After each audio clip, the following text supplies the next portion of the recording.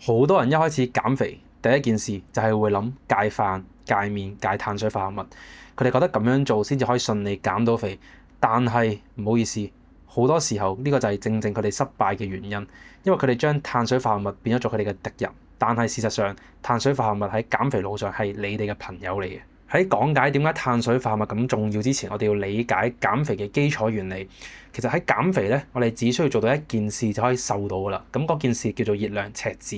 咁我哋人體咧係每一日都會消耗能量嘅，因為我哋個人就算我哋唔喐，瞓喺個梳化度，我哋個腦會運作啦，我哋心臟會跳啦，我哋個腸胃都會運作嘅。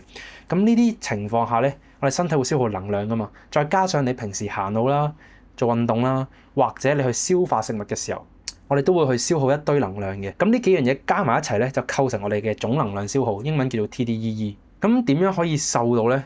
好簡單，你要將你食入去嘅能量少過你每一日所消耗嘅能量。假如你每一日嘅總能量消耗係3000卡路里嘅，咁你每一日食到2500卡路里，咁你中間個500卡路里就係你身體會用脂肪去彌補翻。而當個脂肪組織俾人分解咗作為能量嘅時候，你就會輕咗啦。咁所以減肥嘅原理係好簡單直接嘅，食得少過你身體所需要嘅能量。但係咧，一條咁簡單嘅原理反而會令到好多人行咗條好極端嘅路，因為佢哋會覺得，如果我淨係需要食得少過我身體所消耗嘅能量，咁我食少啲咪得咯？咁我一嘢減到極低，去令到我身體有勁多嘅脂肪組織分解轉化成能量，咁我咪可以瘦得好快咯。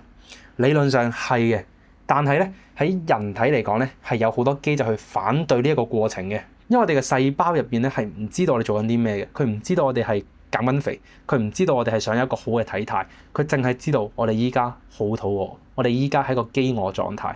咁所以當你完全戒碳水化合物嘅時候，第一件事就係你個總熱量吸收會下降咗好多。咁有啲咩問題出現呢？頭先我所講，我哋總熱量嘅消耗咧係會有4個部分組成啦。第一個係基礎代謝，即係你瞓喺度乜都唔喐都會消耗嘅能量。而基礎代謝係佔咗我哋總能量消耗嘅6至7成嘅，當佢係1500卡路里啦。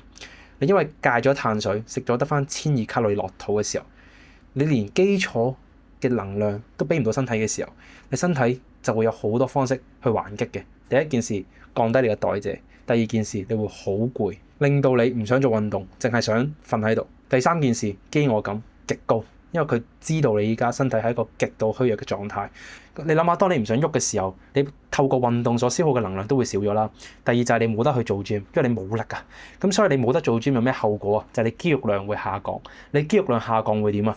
就會令到你個基礎代謝更加少咗啦。因為你肌肉咧係一個好好嘅代謝細胞嚟嘅，佢可以幫我哋身體咧不停去消耗能量嘅。咁所以你見到點解一啲大隻佬佢可以食到大概3000卡路里都唔會肥，但係你可能食2000、2100就會肥咧，因為你個代謝量已經太低啦。咁所以咧，碳水化合物對於訓練表現係十分之緊要嘅。除咗係因為減少我哋個疲勞感、我哋嘅飢餓感，仲係因為碳水化合物佢 break down 到最細嘅時候係變成單糖啦，例如葡萄糖，佢就係一個我哋血糖最 prefer 嘅一個燃料啦。咁佢相對係一個最快嘅能量來源嚟嘅。咁所以當你冇食碳水，你會發覺自己冇乜力，做 gym 嘅時候好攰。咁所以你唔可以完全戒咗碳水，你係要控制一個合適嘅份量。真正令到你肥嘅原因咧，唔係純碳水，而係碳水加脂肪嘅混合物。基本上1 gram 嘅碳水化合物係4卡路里，同蛋白質一樣。咁脂肪1 gram 係9卡路里。咁所以啦，當你將個碳水化合物同脂肪撈埋一齊食嘅時候，你估邊個會肥啲？梗係脂肪會令到你肥啲啦。佢本身就係碳水化合物2倍嘅熱量。真正令你肥嘅原因係啲飯加上啲汁，係啲飯加上啲油整成嘅炒飯，係你食雙餸飯嘅時候嗰啲好好食嘅餸撈埋啲飯更加好食。呢個先係真正令到你肥嘅原因，並唔係嗰幾粒米，而且仲有好多好優質嘅碳水喎，例如番薯、薯仔、燕麥、生果、豆類都係一啲好優質嘅碳水。而當你食一啲優質嘅碳水嘅時候，你身體先至會有一個比較好嘅能量來源去供應俾你做日常嘅活動同埋運動嘅。但係我好明白點解會好多人想行呢個低碳飲食嘅，因為咧，當你食低碳嘅時候，你會身體輕得好快，你會下降個體重極快，係有原因嘅。好多時候你行一個低碳飲食咧，你真正一開始瘦嘅係水分，唔係脂肪先嘅。你可能見到頭1至2個禮拜可以跌到2-3公斤，因為我哋嘅碳水化合物食咗落肚之後咧，我哋會儲成肝糖嘅。咁肝糖咧，大概我哋人體咧可以儲到500 gram 左右啦。咁有一個特性嘅就係會吸水，每1 gram 嘅肝糖可以儲到大概3至4 gram 嘅水。咁500乘4即係2000 gram 嘅水分啦，可以儲到。咁2000 gram 即係2K。咁所以當你完全唔食碳水，你身體不停去消耗你身體嘅肝糖嘅時候，隨之而嚟嘅水分咧都會排出去，令到你好輕易睇落輕咗1-2 kg。咁但係當你透過呢個方式去減重嘅時候咧，你唔係減緊脂，你係減緊身體水分，導致一個體重輕咗嘅假象。而呢一個假象係可以好大後果嘅，因為當你見到個身體體重跌唔到落去嘅時候，你第一件事好少會去反思個飲食有咩問題，你會覺得自己係咪減得唔夠多碳水，你會繼續減碳水，跟住又見到個身體下降啲咯，跟住又停頓咗咯，又繼續減碳水。但係去翻頭先我所講嘅，當你減碳水減到一定嘅量嘅時候，你嘅代謝會下降，咁就變咗一個惡性循環啦。當你代謝下降嘅時候，你可以食嘅嘢越嚟越少。當你食嘅嘢越嚟越少嘅時候，你肌肉越嚟越少。當你肌肉越嚟越少嘅時候，代謝越嚟越少咯。咁你就會發覺點解我飲水都會肥？我明明食好少嘢啊，我食2餐啫喎，每一餐都係食600-700卡路里，但係我都瘦唔到。個原因就係咁解啦。而且你戒碳水一個好大嘅問題就係你嘅社交，你係好難出去同人社交，因為你同人食飯嘅時候，你去行一個零碳啦或者低碳飲食法嘅時候，你係真係要拒絕好多唔同嘅場合，或者屋企食飯，大家食碗飯嘅時候你就係食餸，唔係唔可以。但係我係覺得冇必要去到完全唔食碳水化合物，因為其實你食碳水都可以瘦嘅時候，點解要逼自己唔食碳水咧？更何況有啲人係好中意食碳水化合物，即係我自己就好中意食包啦，好中意食飯啦。咁但係當時我比賽玩健美比賽，我瘦到勁清晰嘅腹肌，我都係每日食緊飯，我都係每日食緊薯仔。而碳水化合物係我一個好中意嘅食物來源，咁所以你叫我戒咗佢咧，我可以有一個可能快啲嘅體重下降，咁但係佢帶俾我嘅心理壓力，帶俾我嘅社交障礙，我覺得係遠遠不及佢帶俾我嘅好處。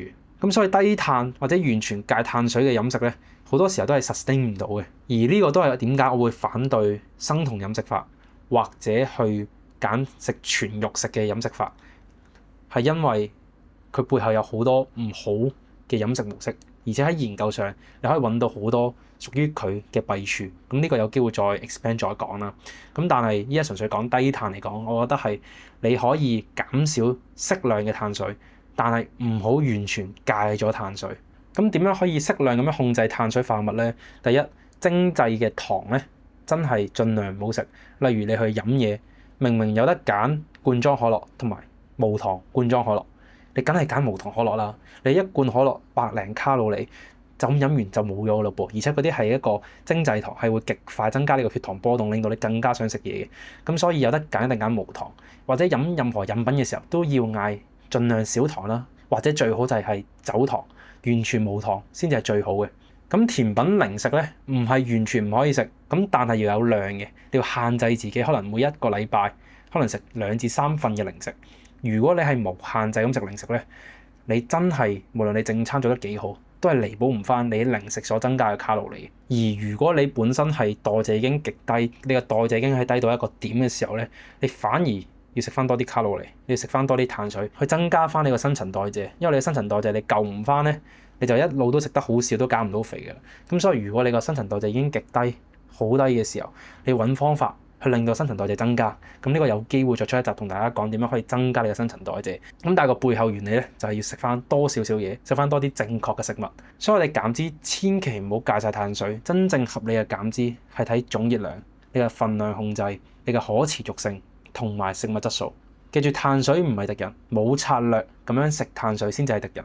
咁所以控制好你嘅碳水分量，你身體就自然會去咗一個好嘅體態出發。咁我哋今集係咁多啦。如果大家對於飲食法有啲乜嘢疑問，或者喺減脂路上遇到唔同困難嘅，都歡迎喺 comment 度留言啦。咁我會睇同埋會覆你嘅。咁我哋就下集再見啦，拜拜。